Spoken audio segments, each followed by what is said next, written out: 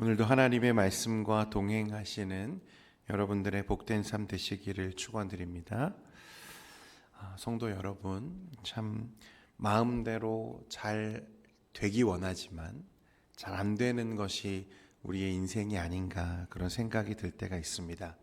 잘 안 될 뿐만 아니라 내가 할 수 있는 일이 과연 무엇이 있나 그런 순간들이 있습니다. 문제는 커지고 마음이 무너지고 사방이 막힌 것 같은 막막함에 좌절할 때, 그래서 그동안 내가 의지하고 내가 붙들고 있던 것들이 전부 무력하고 무용하다는 사실을 인정해야 할 때가 인생을 살다 보면 한 번씩 꼭 있습니다. 그런데 바로 그때 그 사람의 본심, 그 무너짐의 시간 속에 그 사람의 본심과 혹은 중심이 드러나기 시작하고 평소에 잘 드러나 보이지 않던 우리의 신앙이, 믿음이 더 선명해지는 경우가 덜어 있습니다. 평안할 때는 사실 누구나 다 하나님 잘 믿습니다.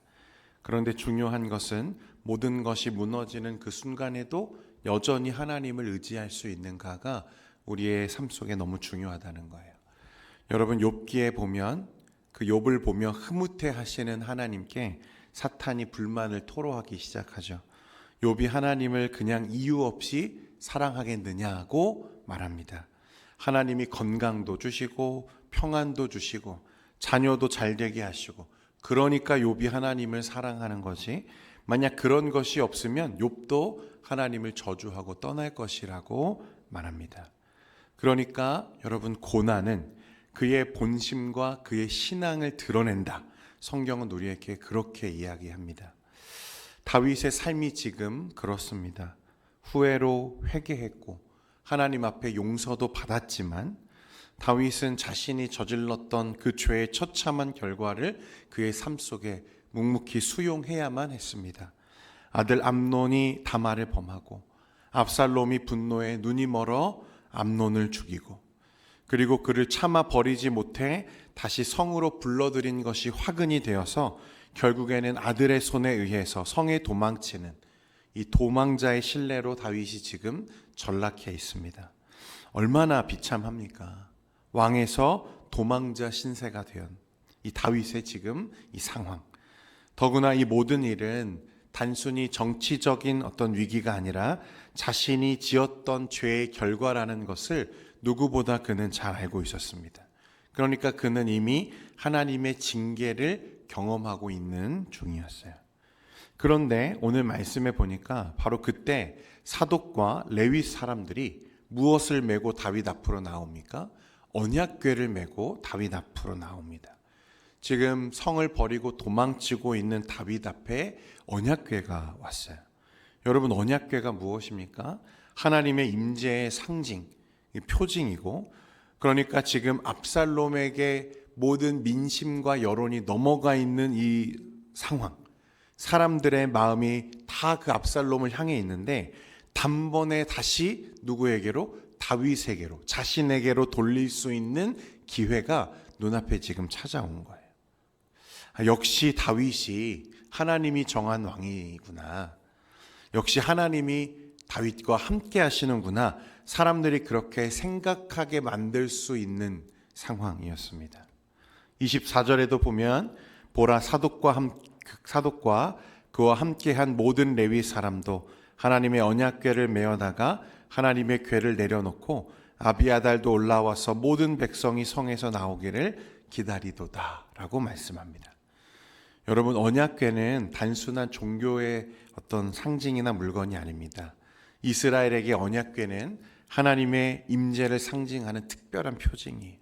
광야에서도 전쟁 가운데에도 중요한 역사적 순간마다 언약궤는 하나님의 백성과 함께하는 임재의 표지였습니다. 그러니 인간적으로 생각하면 지금 이것은 다윗에게 엄청난 힘이 될 수 있는 기회였어요.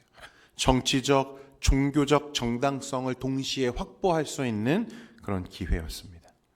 그런데 여러분, 여기서 중요한 사실 한 가지는 지금 다윗에게 필요한 것은 과연 하나님과 관련된 무엇일까요? 아니면 하나님 자신일까요?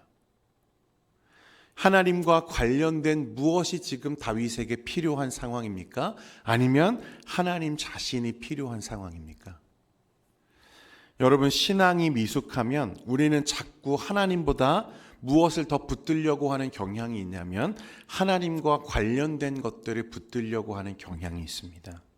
하나님 자신보다 하나님의 어떤 형상들, 형식들, 상징과 분위기, 경험, 익숙함을 더 붙들려고 하는 우리의 연약함이 늘 있다는 거죠. 어떤 사람은 그래서 예배당 자체를, 어떤 사람은 자신이 받은 직분을, 어떤 사람은 내가 해오던 종교적 습관을 더 붙드는 사람들도 있습니다. 그러나 신앙의 본질은 여러분 그게 아니라는 거예요. 우리는 하나님을 붙드는 것이지 하나님을 대신할 수 있는 무언가를 붙드는 것이 아니라는 거예요. 다윗은 지금 이 차이를 분명히 알고 있는 거죠. 지금 자신에게 필요한 것은 언약궤라고 하는 상징물이 아니라 무엇입니까? 하나님 자신이라는 것을 그는 알았습니다. 그래서 내가 이것을 가지고 있다고 해서 승리하는 것이 아니라 하나님이 나를 돌보셔야 한다는 사실을 그가 지금 알았다는 거예요. 그래서 25절에 보면 뭐라고 말합니까? 우리 같이 읽겠습니다. 25절입니다. 시작.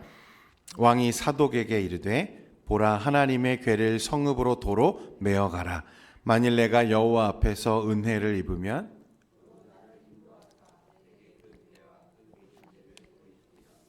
아멘. 지금은 도망치는 길입니다. 그렇죠? 불안한 길이에요. 생명이 위태롭습니다.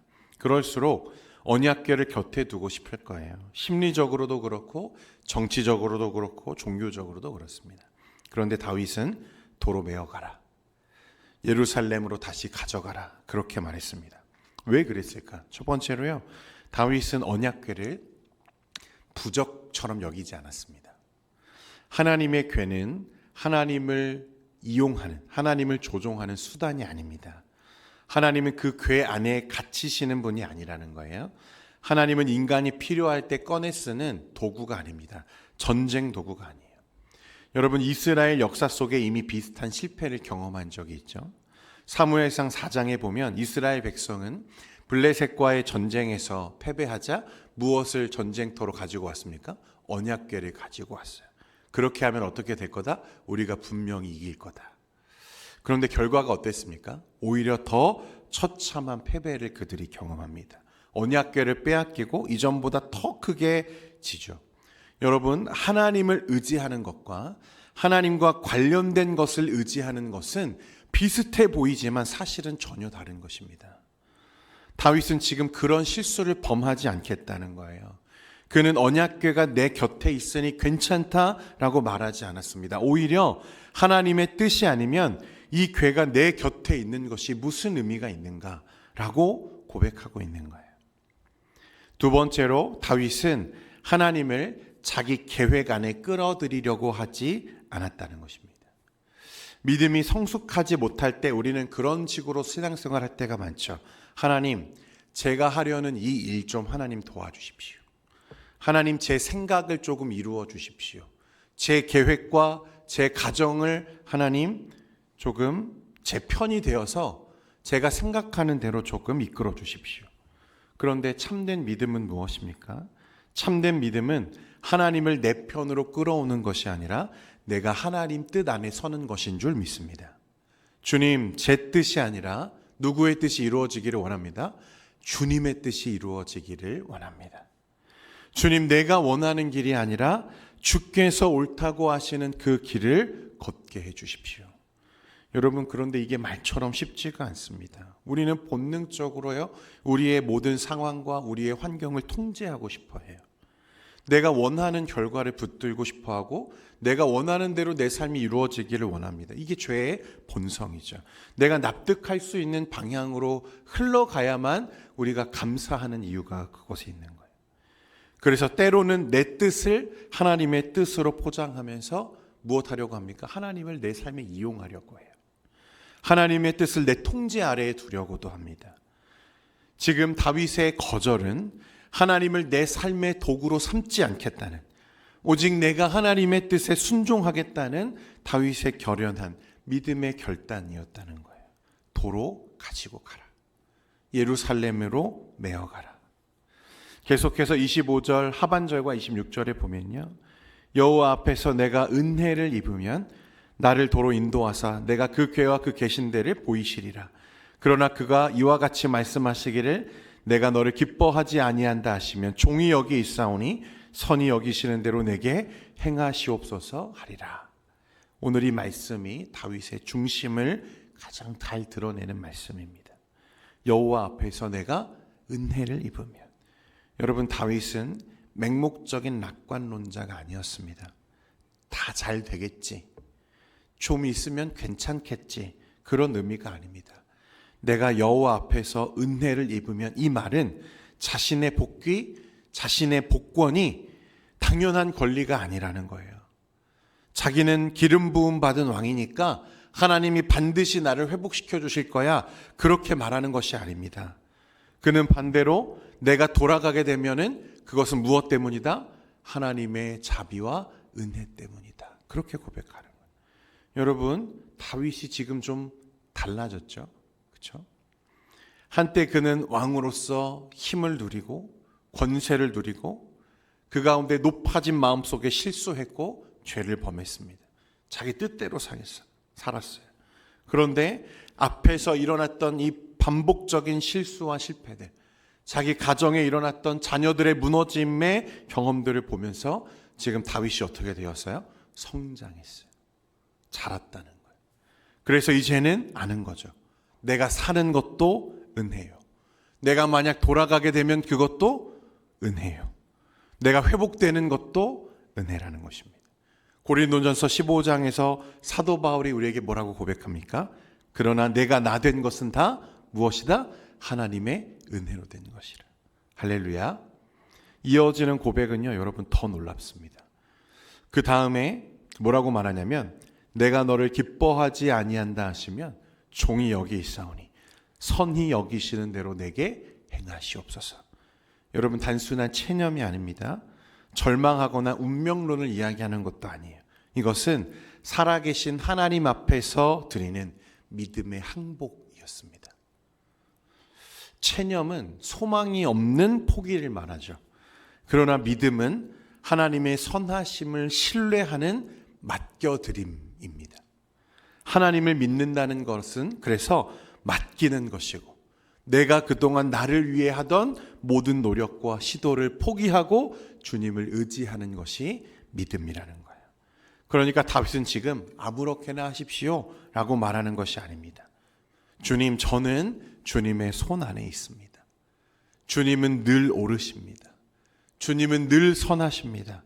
주님이 하시는 일이 비록 지금 내게 아플지라도 나는 주님의 판단이 가장 옳다는 것을 믿습니다 라고 다윗이 지금 말하고 있는 것입니다. 여러분, 하박국 선지자가 하나님의 주권과 은혜를 깨달았을 때 고백한 아주 유명한 말씀이 있죠. 비록 무화과 나무가 무성하지 못하며 포도나무에 열매가 없으며 감람나무에 소출이 없으며 밭에 먹을 것이 없으며 우리의 양이 없으며 외양간에 소가 없을지라도 나는 여호와로 말미암아 즐거워하며 나의 구원의 하나님으로 말미암아 기뻐하리로다. 아멘. 우리는 보통 어떻습니까? 무화과 열매가 풍성할 때 감사하고 포도나무에 열매가 가득 주렁주렁 맺혔을 때 감사하고 감람나무에 소출이 넘칠 때 감사하고 밭에 먹을 것이 있을 때에만 감사하고 우리의 양이 가득 차 있고 외양간에 소가 넉넉하게 있을 때에만 하나님을 감사하고 기뻐하지만, 오늘 다윗도 하박국 선지자도 뭐라고 말합니까? 나는 그런 것들이 없을지라도 그리 아니하실지라도 나는 여호와로 말미암아 즐거워하며 나의 구원의 하나님으로 말미암아 기뻐하겠습니다. 여러분, 이 믿음의 고백을 할 수 있는 여러분 되시기를 축원드립니다. 이게 하나님의 주권을 인정하는 신앙이에요. 하나님의 주권을 인정한다는 것은 단순히 하나님이 다스린다, 여러분, 그런 말뿐인 이야기를 하는 게 아닙니다. 내 인생에 기쁜 일이 올 때만 하나님의 뜻을 기뻐하고 감사하는 것이 아니라 내가 원하지 않는 그 결과 앞에서도 주님이 옳으십니다 라고 무릎 꿇는 것이 주권을 따르는 신앙이에요. 사실 우리는 은혜는 좋아하지만 주권은 불편해합니다. 하나님의 사랑은 좋아하지만 하나님의 뜻이 내 뜻과 다를 때는 받아들이기 어려워합니다. 하나님의 도우심은 원하지만 하나님께 내 결정권을 드리고 싶어 하지 않다는 거예요. 그런데 여러분, 오늘 말씀이 우리에게 주는 신앙, 바른 신앙은 이 두 가지 모두를 다 붙드는 것입니다. 하나님은 나의 주권자이시고 동시에 은혜로우신 아버지이시다. 그래서 성도는 하나님의 주권 앞에서 엎드리면서도 하나님의 은혜를 소망할 수 있는 것입니다. 다윗은 지금 이 두 가지를 함께 붙들고 있는 거예요. 주님이 원하시면 나는 돌아갈 수 있어. 그런데 이것은 나의 힘과 나의 권리가 아니라 하나님의 은혜라는 거예요. 주님이 기뻐하지 않으신다면 종이 여기 있겠습니다. 주님, 이 고난의 자리에 제가 있겠습니다. 이것이 주권에 대한 복종의 선언이었습니다. 그래서 성도는 이렇게 기도해야 됩니다. 주님, 나는 주님의 은혜를 구합니다. 그러나 내 뜻이 아니라 주님의 뜻이 이루어지기를 원합니다. 여러분, 누가 그렇게 기도하셨죠? 겟세마네에서 우리 주님이 아버지께 그렇게 기도하셨어요. 우리 주님께서도 내 원대로 마시옵고 아버지의 원대로 되기를 원합니다 라고 기도하셨습니다. 그러니 다윗의 고백은 결국 더 크신 다윗의 자손 예수 그리스도의 순종 안에서 완성되는 것을 우리가 보게 됩니다.